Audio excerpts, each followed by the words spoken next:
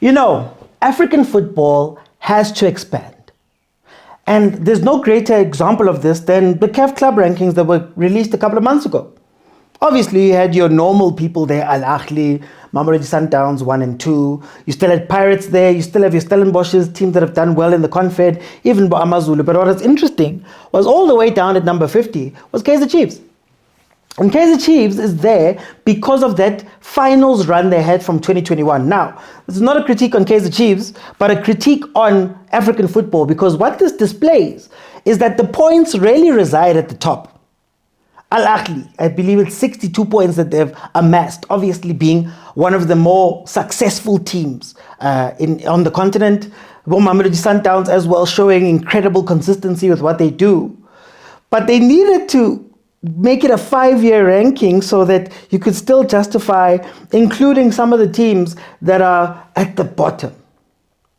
Now, it shows you that this is still a place where the big boys, the guys with the money, the guys with the resources, the guys with the experience, I guess, to a lesser degree, the guys who can continue doing this year after year without it being a hit or a miss, or you can only throw everything at it 1 year and then you're not back the following year. Those guys are always rewarded, and it's not necessarily down to merit.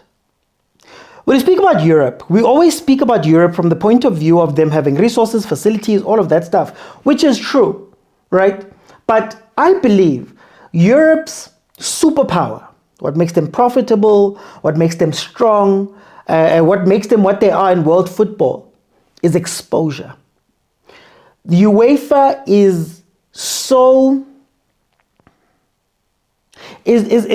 committed to making sure that football reaches everywhere, and every part of Europe, or as much as they can, talks to each other regularly.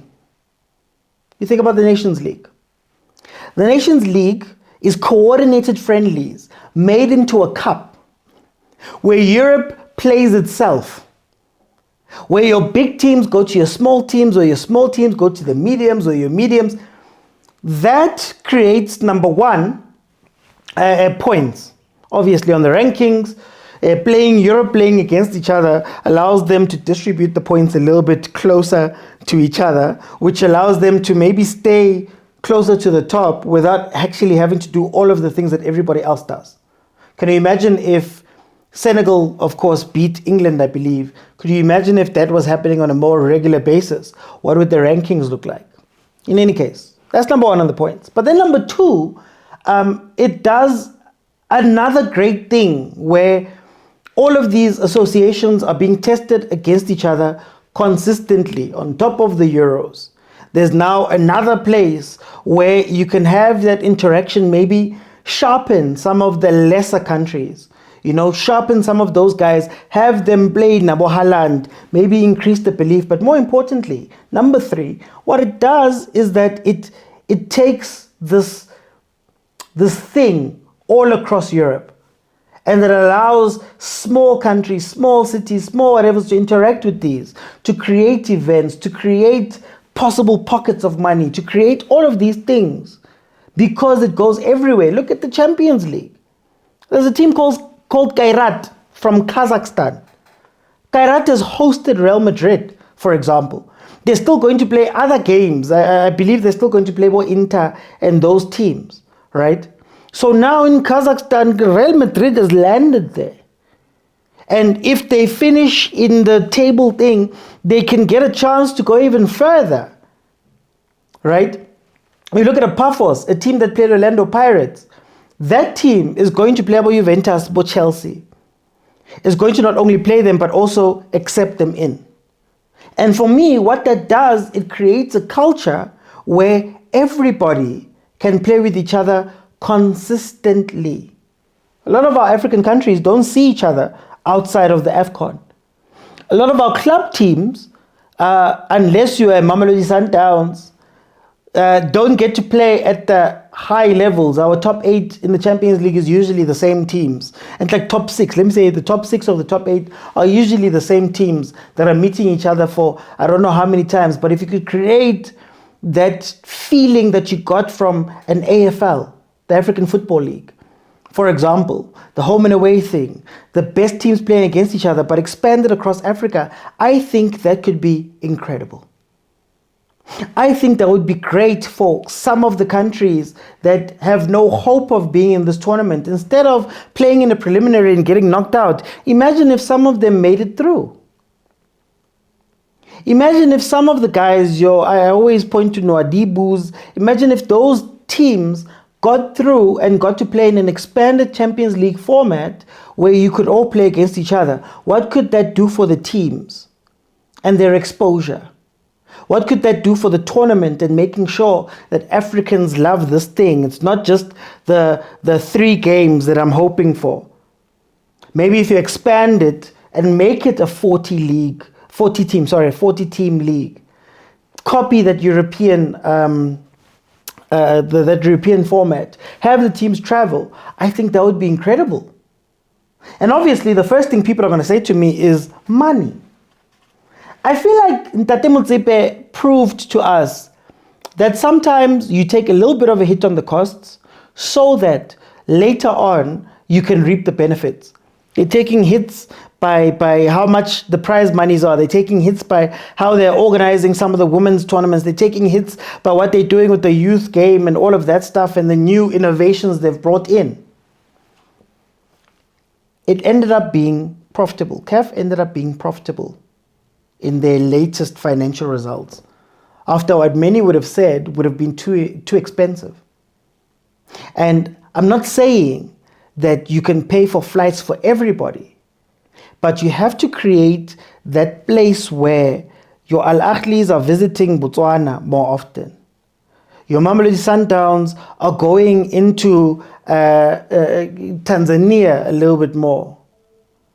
All of the different people are interacting, but also some of the mid-tier clubs, your second, your third, your fourth, your fifth places, are also playing a little bit more in these tournaments where they also get that African experience. My idea has always been an 80-team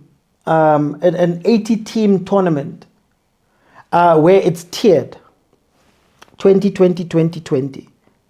You could sell television rights for each of these. You could create tournaments for each of these, and it won't all be at the same level. But a lot of those clubs will benefit from the African experience of going into the continent and going to go play with other teams. Like imagine what they could do for TS Galaxy. Imagine what they could do for Eskukune, right? To be able to do this more often. Maybe in that 20 tiers, you take away the groups and you make it a log so that everybody can play everybody. That would be great. Now, obviously, timing considerations and all of that, I feel like that has been taken care of by Europe. But it's about creating more chances for ourselves as Africans to also interact. Also knowing that a lot of our players that play for our national teams don't come from the continent most of the time. So it would be great to have intracontinental competition that could expose the other players and maybe build them, so that you don't have to wait for Mamelodi Sundowns to sign you in order for you to go into Africa. You don't have to wait for Mamelodi Sundowns to sign you before you can be seen on an African stage, on an international stage sometimes, if you do really, really well, right? This is what I'd love to see. And for the countries who don't, for the countries who can't afford or aren't as rich, create country shutdowns. Can you imagine knowing that on Saturday, on a given Saturday, in South Africa, Moses Mabhida is going to have Al-Ahly versus TP Mazembe, let's say. Orlando Stadium, Pirates is going to be playing Zamalek. Mamelodi Sundowns will be playing Simba, Koloftas. We could literally create places where those countries that struggle to travel and struggle with money and all of that stuff, you make it a little bit easier for them to come together in places. We've seen it done for the Women's CAF Champions League. We've seen it done for tournaments when they take over countries for a specific time. But over a weekend, the bigger countries could play host to this, right? I want to see us. I think I said this before, that South Africans, a lot of the time, we feel separate from Africa. We don't necessarily care about it that much. And even if we were to care, I mean, it's only the 6 games Mamelodi Sundowns is going to play, right? Even there, we don't really care that much, you know. It's only the couple of games that are going to be played home, right? Then you go into the rest of COSAFA, and maybe you go into the central part of Africa, and it's like the countries there have often felt as though the north is separate. Whereas you find in Europe, where they're doing so many different things to make sure that their football is reaching everywhere. I mean, Tate Motsepe already showed us with making AFCON free to air and giving it to broadcasters around the continent. And you see it with the numbers, with the growth, with the opportunities that came with that. These are the same things you could probably get if you could now expand it a little bit bigger.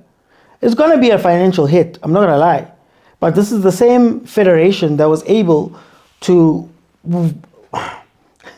whip up money for an AFL that happened in the same year as Champions League. An AFL, granted, mind you, that was still the same teams that were playing in the knockouts. Were going to play in the knockouts of the Champions League and the Confed, more than likely. It was the same guys, right? So if they could siphon that money into expanding football, I think maybe that's how we would learn what it means to like African football, to love African football, to consume it at that level.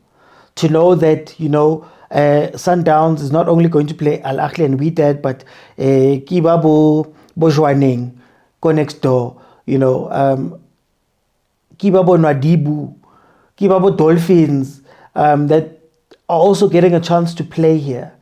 And maybe through that exposure and bringing these road shows all over the place. I mean, I remember Kaizer Chiefs going to go play Township Rollers, go Botswana. Bankabo Thomas, they took them that side. You know, they really made sure that it was an event, right? Imagine being able to do that. And even in the tier system, I'm not saying that teams have a right to be in other places, but could you imagine what having a Kaizer Chiefs in tier 2? So 20 at the top, having a Kaizer Chiefs in tier 2 and being able to travel Kaizer Chiefs around the continent could do, you know, for not only Kaizer Chiefs, obviously continental footprint. You know, we saw what happened when they were going now with the Confed into other countries and meeting the ministers and ambassadors and whatnot, and creating those relationships, the relationships they created with, I believe, the Kabascorp team that came here. They spoke about the relationship they had made now, right? Imagine what you could benefit from that relationship. Imagine for Chiefs, like I said, branding purposes, expanding into Africa, what that could do. But then for the other teams, being able to play with a team that is branded at that level, that everybody knows, and they play against you guys, and you get a little bit of visibility, and you do it consistently. I think that would be a great thing, right? So we need to move away from 16-team Champions League, 16-team Confed for me, and expand it a bit more.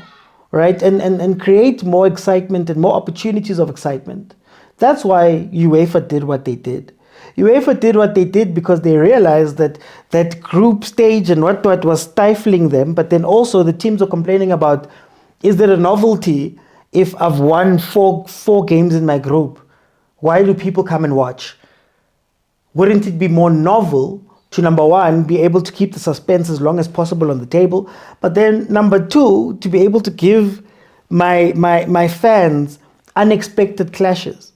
I mean, we just watched Liverpool take on Real Madrid, for example, right? That's a clash that you'd probably see once in a lifetime, you know, or the importance of the clash so early on in the tournament, right? We've seen Abo Arsenal playing Abo Slavia Praha. We've seen all of these different things happen, and I feel like that is for the good of Europe, and that is for the good of their exposure. And if we can do some of those things here, I feel like we would have an incredible football here, local football. I think we would develop a lot of different countries. I think we'd develop